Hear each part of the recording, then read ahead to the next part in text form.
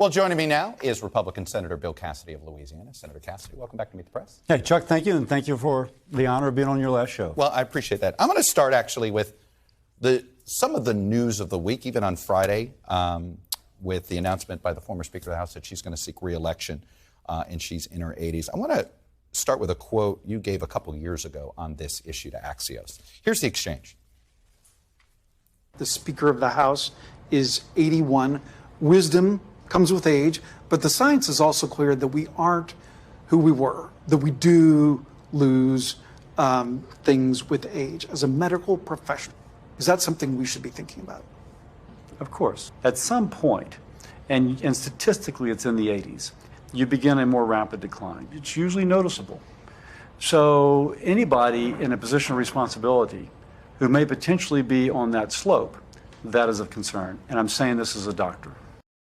I also want to clarify, you made it clear you were not judging any specific person there. You were making a generalization. What's interesting there, this is before we were debating Mitch McConnell, before we were debating Joe Biden and all of this. Does that still hold for you? Absolutely. By the way, I think Mitch McConnell's handled it perfectly. His doctor is releasing not just the test, but the results of the test. And with that, there is a transparency that allows people to move beyond a number, how old is the person, right, into what is actually the kind of science, if you will, the medical science of how to evaluate. And I think that should be the standard that folks are held to, and I think he's responded. You feel like you've got enough information from Senator McConnell? You do? You feel like you're getting an honest assessment here? I do. Okay. The doctor is not lying. He's saying these are the tests that we've done, and this is the results we have.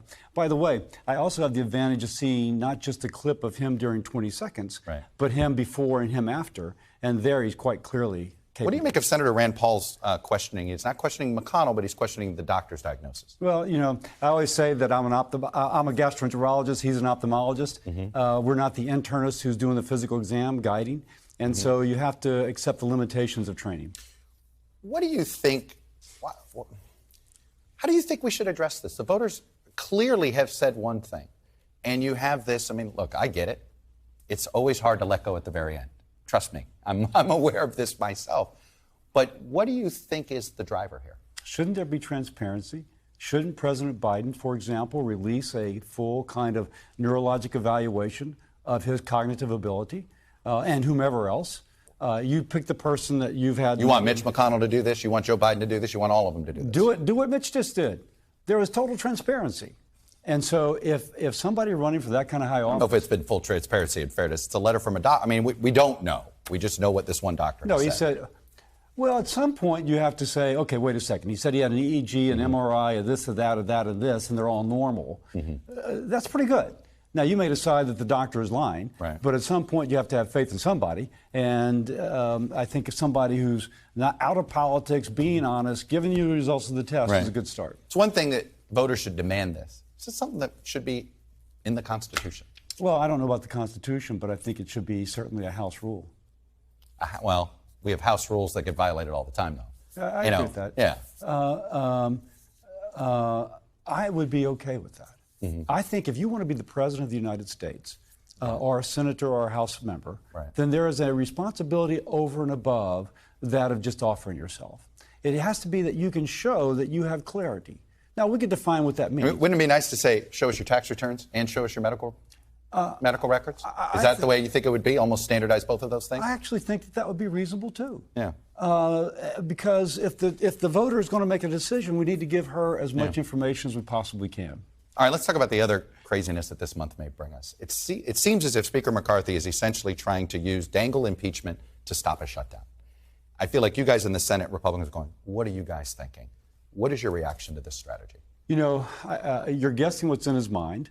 I will not go there. Fair enough. He's got a difficult role to play, and I accept that too. Now, if you treat each of those separately, would there be a reasonable thing that maybe Joe Biden was involved or at least knew of Hunter trading upon the family name for personal enrichment? That is something that the American people should know about. Does that rise to an impeachment inquiry, or is that simply something the Oversight Committee ought to be doing? I'm not an attorney, and I'm not going to go there. In fact, and I don't know the results of Congressman Comer's, which I think he's doing the service to the country, a good service. Okay. I've not seen the documents that he wants, and I don't think he's seen them yet. So if you treat that separately, Is there something where Hunter was trading upon his father's name and his father was enabling? That is something to know.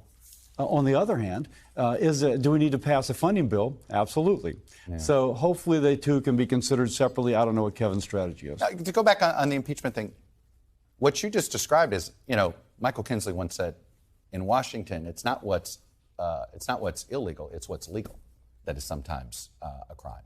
This stuff's perfectly legal. Well, I'm told that there is something of foreign agent rule, where somebody who is who's registered as a foreign agent is not being totally transparent in terms of how they're using this relationship. I'm also told it's difficult to enforce. Again, I'm not an attorney, but there's something about both the spirit and the letter of the law that I think the American people should know. Do we think we should have some sort of ethics code for relatives? I mean, we think about, every time I hear Hunter Biden, other people say, what about Jared Kushner? And I want to say yes. I agree with that. On the other hand, you can't deny somebody a right to earn a living, to steal a phrase from another. They're not just a potted plant. My wife, for example, doesn't make any money what she's doing, but she's got a career independently of me. Do we want to kind of snuff that out? And she's an incredibly capable person. It is something that many professional couples run into, particularly in this town. Let's talk about the future of the party. You had been adamant for the last 2 years. When you asked the Trump question, you're like, he's not going to be the nominee. He's not going to be the nominee. Can you feel that comfortable declaring that now? Well, I'll say that I've not been quite so adamant recently. Okay. So he might be the nominee. And I think Mike Pence is trying to draw the contrast. Is there a populist future to our country, to our party, to the Republican Party, or is there a non-populist? Populism has a role, but I think now the populism has come to the point where if you look at a poll of the American people, most don't like it. You come from a state where populism led to corruption pretty quickly. That's true. In its history. When I think of Huey Long, Edwin Edwards, you can go through the line. Populism goes to corruption fast. But think about the purpose of populism. When the elites come up with a policy set, which is separate and different from that which the people actually feel meets their needs, that has to be addressed. And so there is a role for that sensitivity to what the people want. I am totally in favor of that. What I don't like is when you tell people just what they want to hear, even if it's not true. Right. You know I've been very focused on Social Security. I know, yeah. We've got two candidates who are telling the American people that which they wish to hear, not that which is true. Because of that, Social Security, if it goes insolvent, as it's predicted to, will result in a 24% cut in benefits for those receiving. So for a candidate to tell the American people there's no problem, that's populism going awry. In February of 2021, you decided that Donald Trump was unfit to ever hold federal office again. Your vote for convict said that as much. You've answered this question very carefully in the past, which you said you plan to support a Republican. If he is the nominee, can you vote for him? I know where you are on Biden. Can you vote for Trump? We're keeping our streak alive. Every time we've met, you've asked me about this. I understand that. Well, I don't know why isn't it an easy answer? Well, because I'm going to vote for a Republican. Yes, I am. But you might have to write it in? Might have to write it in.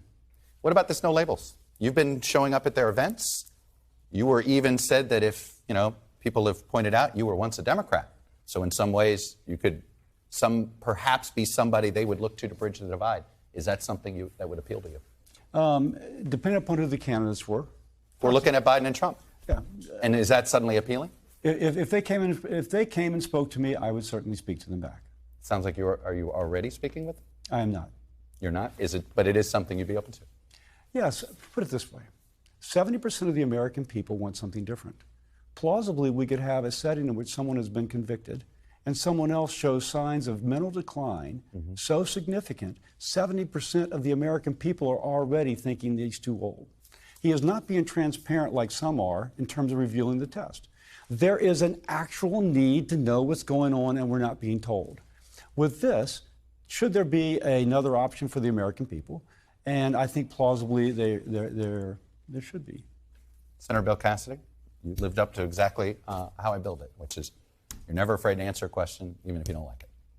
Thanks for coming on and sharing your perspective. Thanks for watching our YouTube channel. Follow today's top stories and breaking news by downloading the NBC News app.